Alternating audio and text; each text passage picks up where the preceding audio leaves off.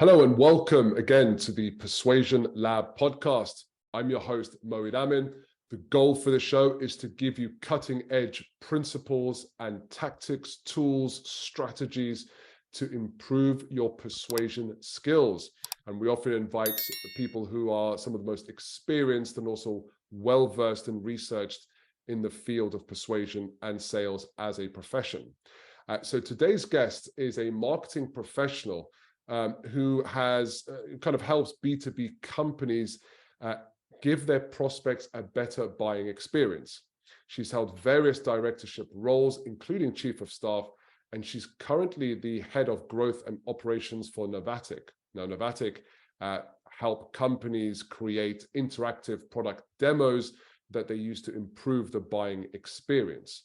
Now, on this show, we're going to be talking, this episode, we're going to be talking about a few things ranging from how you can actually use interactive product demos on your website to pre-qualify prospects, how you can increase your conversion rates, and also how you can shorten your sales cycle by taking a buyer-led approach. These are all things that I believe highly in and are very, very important for sales professionals, particularly in these kind of recession times. So please help me welcome Natalie Marcotullio. Natalie, welcome to the show. Yeah, thanks so much for having me. Yeah, and I'm excited to discuss the topics that we have planned today, because these are all things that are incredibly important to the sales profession and to business in general. But I think very few companies take that kind of approach. So I probably start with the big question then for you, which is, do you believe that B2B companies generally take a buyer-first approach when it comes to their go-to-market strategy? Not shockingly, no, I don't believe most companies right now are doing it. And I don't think it's any individual's fault. I think it's what's been best practices and sort of out there in the world for so many years. And that's actually data. And look, I have, as you mentioned, I have an operations background, a chief of staff background. I love data. So I'm not saying we shouldn't be collecting it, but we've been so obsessed with fitting prospects into our funnel so that we can measure them, see exactly when they take a certain step, see where they come from, that we don't think about it all, like how the prospects wants to buy or the funnel that they want to go through. All we think about is how can we neatly fit them into our systems.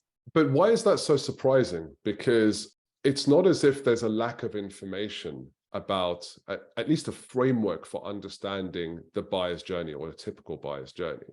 There's a huge amount of information and data and research that prove if we can align with the buyer's journey, then we actually have a better success rate. And so I'm not saying it's easy, but at least the concept is there. But my observation is that companies don't even try. Do you feel that's because it's too hard or it's too big a leap? Or do you feel there's another reason why? I think the main reason is just it goes a little bit against the status quo of what we've been doing. It's always just easier to follow old best practices. For example, with discovery and BANT. I think it was, I can't remember exactly who said this, but that was originally invented maybe 20 years ago by IBM when they had, hundreds of thousands of prospects coming in. But just because that got pushed in the zeitgeist as this is the best practice, this is what we should be doing, it's much easier to kind of take an old framework and apply. I think we've just been applying these old methodologies and not thinking about the current buyer experience. At some point, that might have been a fine buyer experience, but we're not thinking about in today's age when prospects have more access to information online, when they're used to B2C buying, when they have communities and groups and Slack groups that they can reach out to. I don't think we realize how we're not adapting old methods to new buying experiences. So how should companies or individuals start to take a buyer-led approach? Is there an anatomy of a buyer-led approach that you would recommend? I think the very first step is first figure out how your approach is. It might actually be pretty buyer friendly. And I think the easiest way to do that is watch some of your sales calls. Watch the discovery calls, watch BDR calls, whatever you have access to, or listen to them. Because if a prospect ends that call saying, that was a really great call, I appreciate your time today, that was very helpful and useful, like you can kind of see on their face that they've had a positive experience, versus you can very clearly see on their face when they're annoyed, when they're frustrated, when they feel like their time's being wasted. And that's sort of the first step to determine, okay, generally is this prospect having a good and or negative experience? Granted, there's always some, like watch a few, there are always some edge cases, but I think that's how, at least for us, we can determine, okay, is something working or not?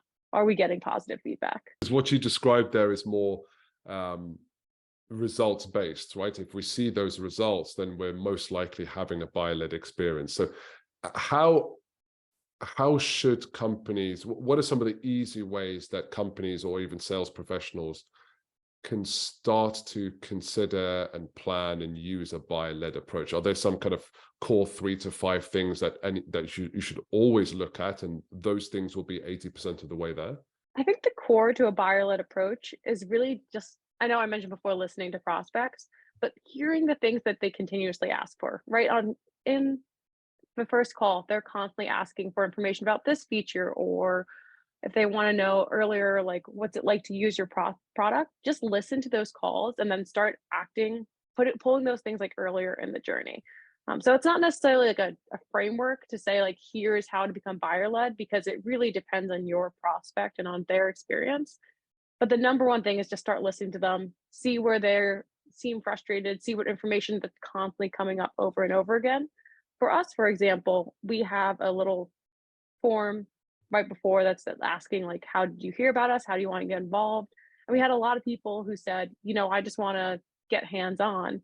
So we're thinking about self-serve, but in the meantime, we started a free demo build. So basically, if you want immediately just to see what it looks like on your product, an interactive demo, you don't want to talk to someone first, you can just submit a form online and we'll send you one of those. So just think of ways where customers keep asking for things, and how can you put that earlier on the website, on the research, so they don't have to wait till the very end of the buying process to see it. You talked about listening to what the buyer is asking for. What else? What else are some of the things that are easy, or at least straightforward enough that you can actually approach it and improve a buyer-led approach? As I mentioned, like listening, but also putting it on your website, put it on G2, put it on places where they're doing their research, and also be part of those communities. I think one thing we don't think about enough is not only how can we get the information out there, but be part of the conversation itself. Maybe tap customers or prospects to comment on it. There's so much, research that buyers are doing outside of just your website. So how can you put out that information, not just like on your website if they're asking for it, make sure that messaging's throughout their buying experience. So it's interesting because you talked about websites there, and I know you have strong opinions on this because of the work you're doing at Navattic. So a lot of people state that website is in some ways useless. I may not share this opinion, but I'm just stating what they've shared, and they may talk about other things like landing pages or form creators and things like that. How are you observing companies use their website when it comes to client acquisition? What are the things that companies are doing well, and what are the things that you're seeing companies are not doing so well that any of our listeners and viewers should avoid?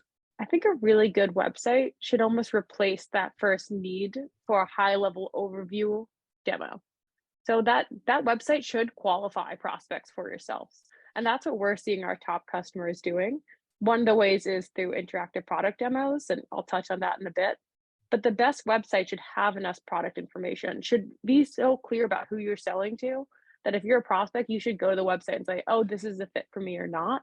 And that is how you have also a better buying experience, because when you jump into that first call, there's no need to do that high level overview demo where you feel like you're just getting walked through a very generic sales pitch.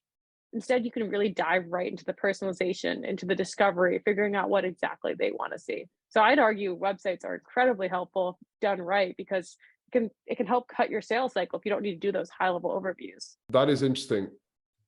Let's talk about the interactive product demos, because I think some people have an idea of what that is. Can you clarify for us, what is an interactive product demo? I always call it a try before you buy experience for software. So basically just what that means is it kind of clones your entire application, and then you can create a walkthrough, click-through path so prospects can understand what it's like to use your product from a website or from a link, rather than having to sign in or talk to a salesperson. They get that immediate hands-on access. And it's not meant to replicate a free trial or replicate your entire experience entirely. It's kind of just like a sneak peek or a little taste to give the prospect of what it's like to use your product. And so there's a lot of technicality in there, which we probably won't have time to go through. My next question would be then, if you're looking at an interactive product demo, should that be just straight away? Should you be asking for someone's email address before they can get access to this? Is that at do you only direct them to the product demo at a specific stage in their buyer's journey, or do you just leave it open for them? I'm trying to understand how would you inject that to make it a clean buying experience, or at least a clean prospecting experience? As far as the form versus not form, generally we advise it depends on your goal. However, we are seeing recent data that some of our top performing demos are all ungated. And I think, again, it really depends on what you're looking to do. If you're looking to create a very seamless buyer experience where they can fully educate themselves about the product before having to give their information or having to hop on a call, then we would recommend ungating it. So in that case, you can put it on your landing page, on your website. Most of our customers do put it somewhere directly on their homepage. And it's just a way for customers to start diving in. Maybe put it on your product pages. So replace something like a video or a static image. They can actually feel what it's like to use it rather than just see a screenshot but they're not sure if it's out of date or not. And so this area of pre-qualifying and using those demos to pre-qualify, I get the concept that obviously if someone watches the demo and they're interested, then you kind of pre-qualify them at that stage. But are there ways to qualify them as they're going through the demo? So for example, based upon the options that they select, or you might have a pop-up box that asks them, what did they find interesting about this? I'm really curious to see if there's any intent or slightly deeper level of insights that you can gather from the buyer before you actually have a conversation with them. I think that would be the benefit of gating it. So if you do gate it, then you can see and connect it with your CRM and see, how far did someone make it into this demo? What features, because we have a checklist functionality. So for example, you can show different features and use cases. So you can see exactly what features someone dove into, what they were most interested in, and where they spent the most time. I think exactly to your point, that's how you could qualify them even further. So before you jump into a call, you could say, oh, I saw someone viewed this demo around this feature or this demo around this use case. Obviously, that's what they care about. I should tailor my actual live demo to those features rather than covering this feature. And it's interesting because you talked about high level demo and the kind of general demo, but there's a lot of talk around giving buyers as much information as possible. So for example, pricing is a hot topic. In the SaaS world, it's quite easy to see pricing for specific types of services. And some buyers I've noticed will become hesitant if they can't see pricing or at least an indication of pricing. It's not a comprehensive insight, it's just anecdotal information that I'm seeing. What's your data telling you about the type of information or functionality that buyers would like to see at that early stage? Do some of them like to see pricing or an indication of pricing? I guess my question is really centered around what should our listeners and viewers make sure that they include within any interactive demo if they decide to go down that route? For the interactive demo itself, I think the most important things to include are the top features that customers generally are asking for, or the sort of aha moments. If you have a free trial or freemium, kind of mapping out like what are those events or features that if someone does, they'll be successful. Because it's not about showing them everything, and you can give them options to either keep exploring or to drive right into a demo. Like you can give them options what they want to view. But as I mentioned, it is more about giving the basics so they understand, but you also want to be careful not to overwhelm them. I think that's when you just get into a free trial or a freemium experience where you're just dropped into this big platform that's kind of empty. You don't really have any data in it. That's when users can often get overwhelmed and actually just bounce because they're like, I don't know what's going on here. So obviously you want to give enough information up front, highlight those top stories, features, but don't feel like you have to replicate a 30-minute demo with these. I think I know the answer from at least my understanding of neuroscience. I'm really keen to hear from you, Natalie. because the natural question would be, why an interactive demo? Why wouldn't the classical kind of videos that you see in websites that talk about the product and kind of almost give a marketing-led demo of the product? Why wouldn't that be sufficient? What added value does an interactive demo give versus one of those standard videos? I would think about the last time you went to a video or homepage or whatever and saw one of those. And at least in my world, I always have two screens going, two monitors, and I'll start playing one on one monitor, and then suddenly I'll get a Slack, and then suddenly I'll get an email. And then suddenly I realized I did not listen to 1 second of that video. It was 5 minutes. I got bored. I went over to my Slack instead. I think the psychology of the interactive demo is that it's something you can actually touch and play with, and you need to focus to make it to the next step. You kind of can't passively tune it out like you can a video. I think there's also a little bit of ownership, control. Like, I get to decide what the next step, I get to decide what features I'm interested in. And by making it, that's why we do recommend not giving everything away at once, because when you get a little taste, suddenly like, oh, I want to see the whole thing, I want to play around with it more, it gets you a little excited versus those 5-minute video overviews. I think oftentimes you're just left like, okay, I get an idea of it. I saw some really nice screenshots, but is that actually the product itself? So I'm curious then, what kind of questions do your customers ask you when you kind of first go down that journey of interactive product?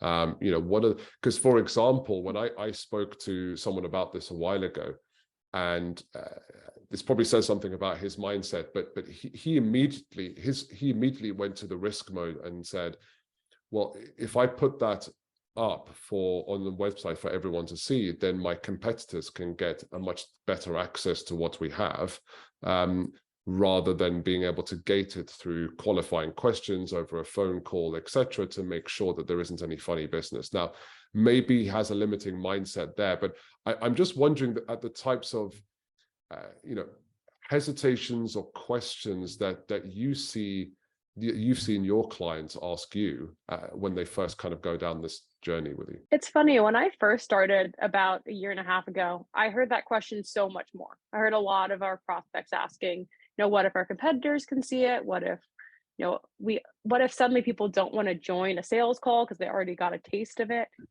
And I get that question or hear that a lot less now. And I think it's because of this big PLG movement, right? We've gotten much more comfortable with leading with our product. We see the top companies are leading with their product. And I think all of us kind of know your competitors already know. Think about yourself, what you know about your competitors. Think about how you've already been able to see demos of them or understand what features they're coming out with. Like, the competitive intel is out there. And I just personally believe, as a business move, it is always better to prioritize your customers and prospects than to prioritize competitive intel. And also, if you're really worried about something, that's again where maybe that's just not the feature you show on this demo. And have you heard any other questions? What are kind of other typical questions that you get from companies that consider doing these interactive demos? I think the biggest things they're looking for is, one, how similar to my product is it? Like, what's the actual experience like? Obviously, they love their product and their UI. They want to make sure it's almost as exact replica as possible. And that's why we do basically it's like HTML, CSS captures to make sure it does replicate the look and feel of it. But two, the biggest thing we get asked about is timing. How long will it take me to build one of these? Can my team build it out? We work with a lot of growth professionals, and I work in growth myself. I think one thing we're so used to is fighting over engineering hours. So a lot of times you hear about these great ideas or projects, and you're like, okay, that sounds awesome, but okay, now I need to go and list a month of engineering work to get this done. So that's why a lot of our customers are really focused on the fact that it is no code. Can they really do it themselves? Does it actually take, a few days to set up? That's some of the biggest questions we get. It's less around, there's less concern now about people seeing product.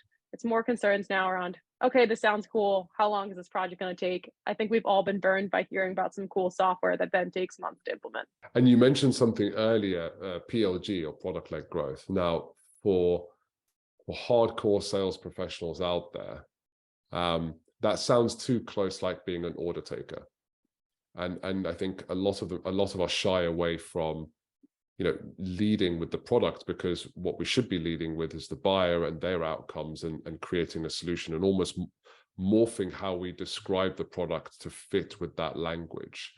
Talk to me about where you've seen product-led growth work, and why it works so well. And if possible, where it doesn't conflict, or maybe it does, but I'll be really curious to hear your thoughts about how that merges with, the sales approach and the sales team.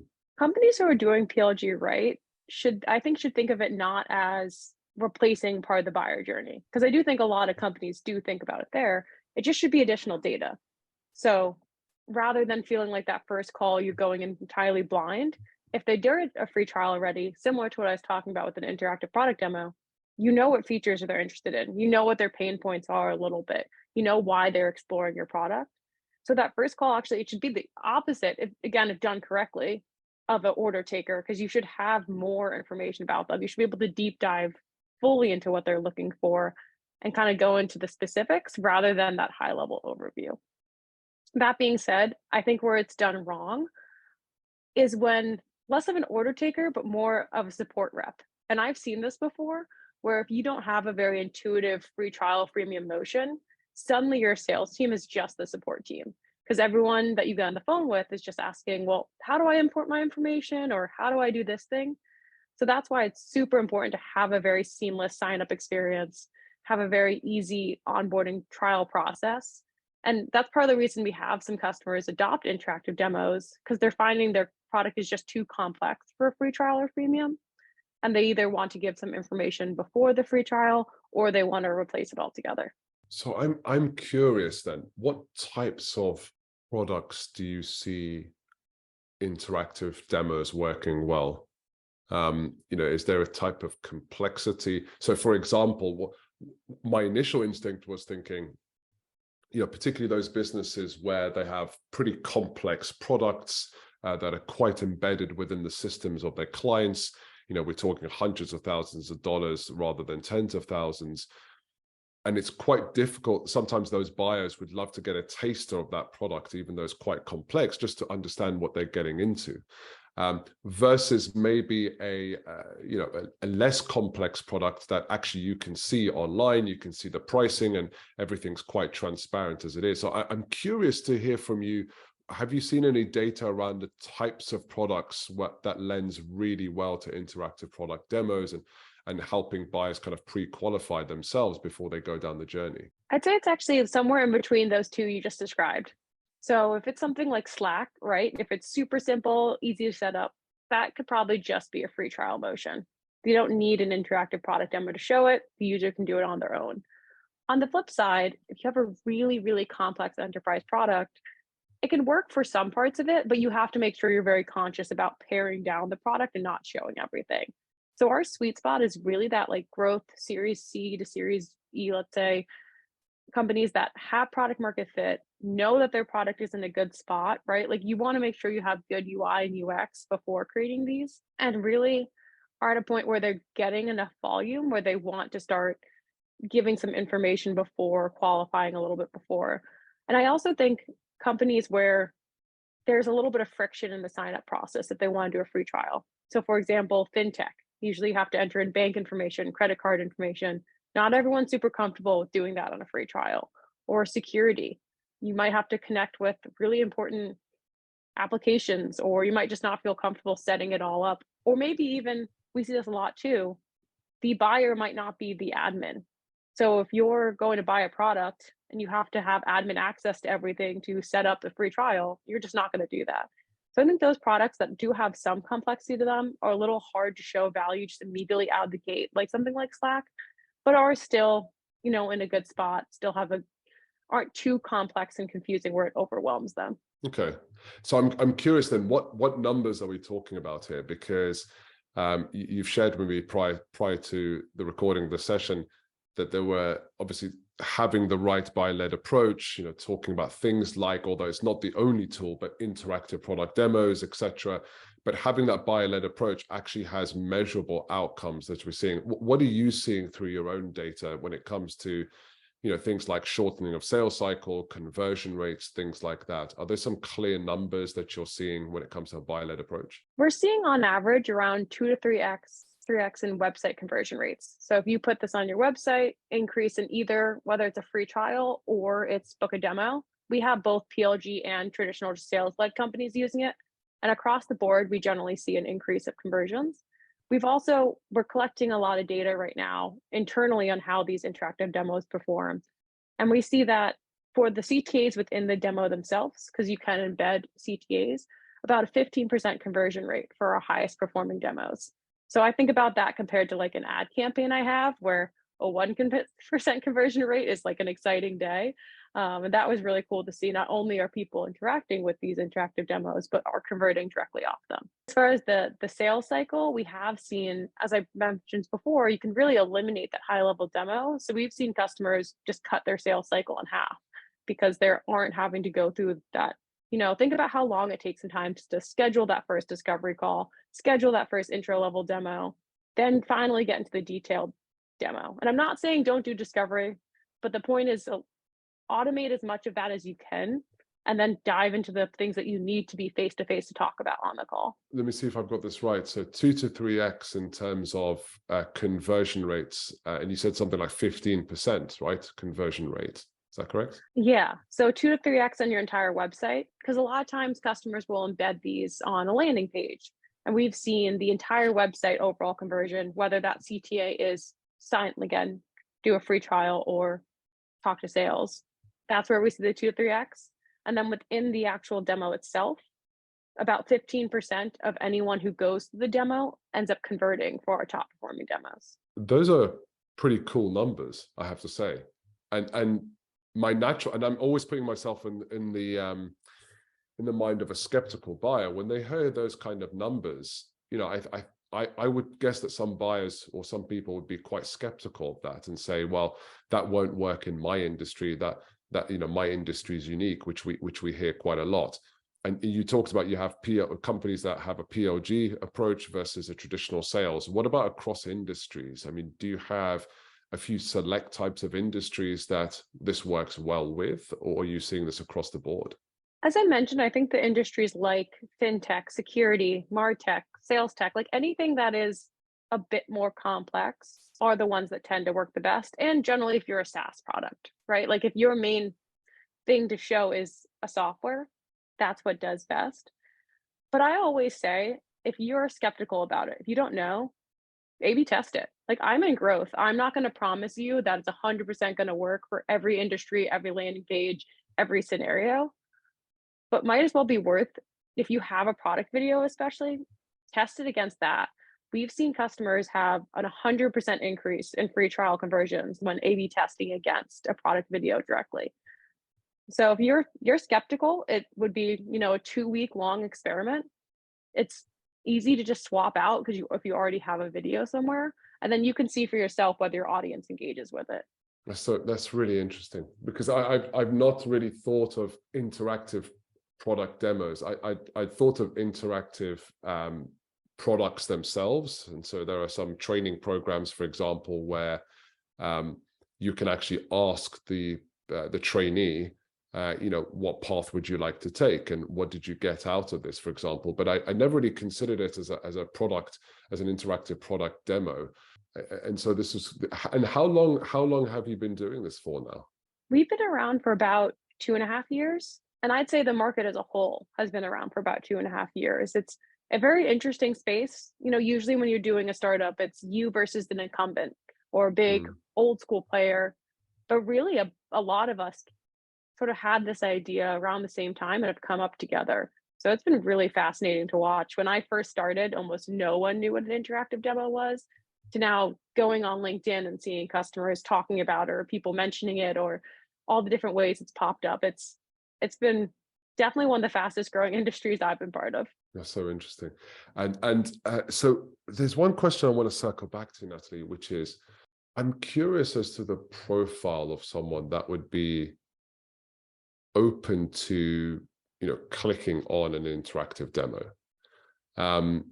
Because not all tools in our go-to-market toolbox works for everyone. And there's usually, when I speak to really smart marketers and salespeople, they're actually quite clear around, it's not just the psychographic, but the character of the person as well. A CMO, not every CMO are the same, or a CRO or a CTO. There's some nuances in their characters that would make them more open to, clicking on an interactive demo. Have you seen any, and you may have not, but I'm curious to understand, have you seen any data around this? What are the types of individuals that seem to be most open to doing that? I can talk a little bit about this from our customers' perspective. We don't have that internal data, but I was actually a customer of Navattic before joining, and we've heard this from a few of our other customers. It actually does tend to be a little more of that. You mentioned like CMO higher level who are willing to interact with this interactive demo. But that's what I saw at my past company when we swapped it out for a free trial. And we found like, director levels, all that, they don't want to do a 7-day free trial. They're busy enough. They don't want to have to set up software. So we found more higher level execs were willing to do a 2-minute interactive demo and were enter the sales cycle after versus set up that free trial. I mean, just think about it from your perspective, right? Like if you're a head of sales, you don't necessarily have time or necessarily want to always either jump right into the buying cycle or set up the software yourself. So I think it is for those people who are a little bit more self-learners, a little more curious, like to do things on their own. And I think we're just seeing that in general across the board with our buyers because of like the remote world, B2C. I think everyone's realizing that buying doesn't have to be the way it's been for forever in sales. They can have really seamless one-click experiences with B2C, and suddenly they want that in their B2B world. I can't tell you how many times connections I have might chat me over LinkedIn and say like, hey, can I talk with you or answer these questions about Navattic or set me up with a member of your sales team? And we don't do the traditional BDR discovery process, but people have just clearly been so burned by that process that they want to do anything they can to avoid it. So I think we're getting back to a little bit just like selling like we're people again. And everyone, that was kind of a long-winded answer to answer your question, but I think everyone's getting a little more of a fan of let me do it myself, let me research on myself. I don't want to spend the time, in a 5-month-long sales process or setting up a month-long free trial. And so it's interesting you talk about almost that being burnt by that sales process. I mean, we saw it during COVID where buyers wanted a seller-free experience, but actually we're seeing companies themselves are finding ways to reduce the number of salespeople involved at all stages of the sales process, right? So they're trying to use technology and digital platforms to streamline that sales process. And this sounds like a neat way of doing that. You talked about, one question, you talked about time, senior executives don't have time to go through a 7-day freemium trial, etc. How long do you reckon, and I'm sure this will be nuanced depending on the platform and the product that you sell, but how long in general should these interactive demos be so that you kind of hit that sweet spot where it's just enough to give them an intro, but not long enough that, you might lose their interest or attention? Our data is shown around 15 steps for that intro. So as you're first showing someone, and each step is like, let's say a few seconds. So we really say make it short. Like you should not be showing off your whole product, especially at the beginning. Give a super high level overview at the beginning, find your aha moments, highlight those, and then give them a chance to either keep going or book time directly with their team. And when they keep going, give them a chance to explore what they want to explore. Don't just, keep on with a long 40-minute demo. Let them choose which part of the feature or which part of the platform they want to see. Yeah. So we do recommend these are pretty short. It should take you about a minute or 2 minutes to go through a demo. Yeah, that sounds in line with what I've heard about other video tools. When you are first interacting with someone, they always say a minute or 2 minutes. And if someone has because you talked earlier on about high level demo, general demo. What if you have a product that works with different job titles, for example, or there are some different nuances in the product based upon the role? Do you recommend that you start thinking about different interactive product demos, or should it just be one high level product demo that may mention the different roles that you sell to or the different types of users, but really it's just the same product demo the whole time? We've seen customers approach this a few ways. So one is sometimes they'll have at the very first step, they'll give you an option that says, are you this or this? And choose your option, and then the demo will merge depending on what you choose. We've also seen an uptick of what we call demo libraries. And this was something customers started doing on their own. We didn't necessarily teach this, but we're seeing more and more customers doing this, where it's one landing page with maybe 6 to 9 demo options. And you could split this up by use case, by persona, by features. And so you're saying up front, hey, prospect, you choose what you want to explore. And on each demo, you get an option to keep going, explore others, or go back. But I think that's been a really awesome way our customers have solved that problem. It's, again, upfront, you choose what you want to see rather than us assuming you want to see this. A thought has just occurred to me, Natalie, actually. Have you heard of instances where having a product demo on the website has actually informed product development, or has given them, I would assume it's given them a lot more data around how people tend to use their products, but have you heard of instances where it's informed their product development or anything in addition to the sales process? I was about to say, well, with that, the landing page with the demo library example, what's so cool about it is then you could see, yeah, what are the most important features? What are people most interested in? And maybe that's the area that we should be investing more product engineering time in. We haven't heard per se someone changing their product, but we have heard a lot customers wanting that data, wanting to feed that data into seeing what are people exploring, what features are most popular into their CRM so they can take that back to the sales and product team. I think it would take a little longer until it fully feeds product direction. But when I first heard about interactive demos, that was actually one of my first thoughts too. It's so interesting. And I've got to say, this whole conversation has been eye-opening, because there's a lot of talk out there in the traditional sales model about qualifying your buyer as early as possible, and especially in when there's a macroeconomic stresses, your time is even more valuable, and there's a lot of guidance for salespeople around how do you quickly qualify where this person is on the buying journey, so that you're spending your time and allocating your time in the right way. Because one of the biggest risks is treating every lead or every prospect equally, and you're not qualifying them, and you're investing a huge amount of time, resource, and energy, only to find out later down the line that they were never going to buy, and you could have identified that a lot earlier. So your product seems to be a very, very simple and self-serve, well, not simple, but a better possibility way of doing so. So I thought this was really interesting. There's a question I want to ask you that I ask all our guests when they come on the show, and which is, what 3 books or experts would you recommend that our listeners either read or follow? And these could be ones that you are a fan of, like a real fan of, or it could be something that you've read recently that actually was pretty pertinent and you found useful.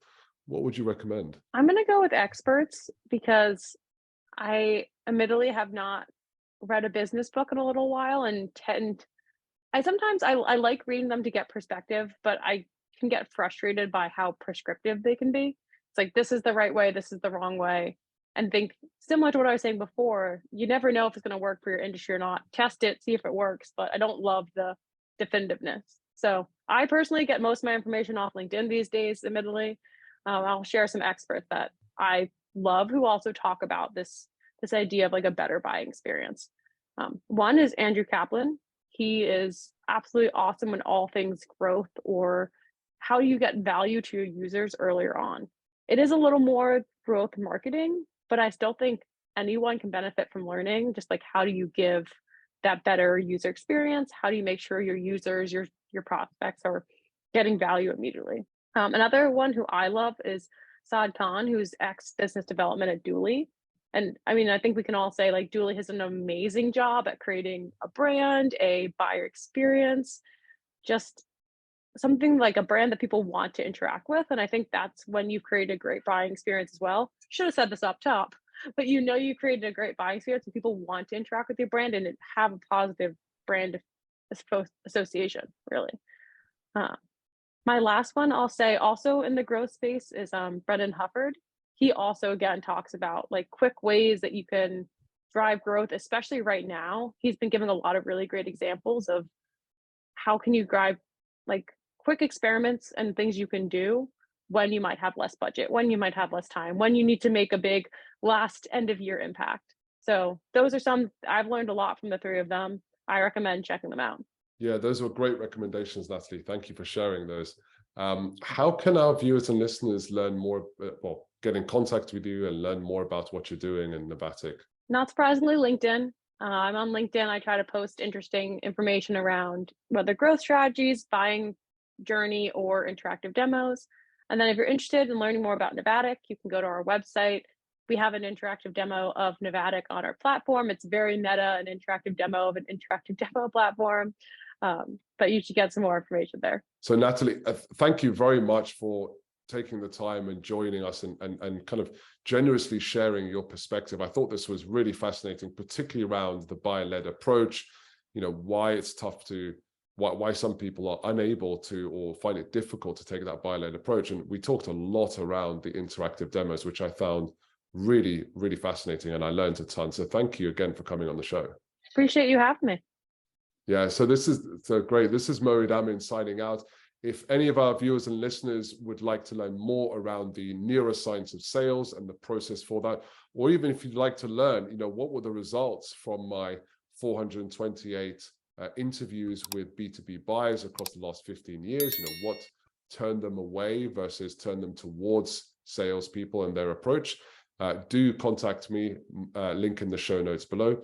Until the next episode, thank you everyone for joining us, and we'll see you on the next show.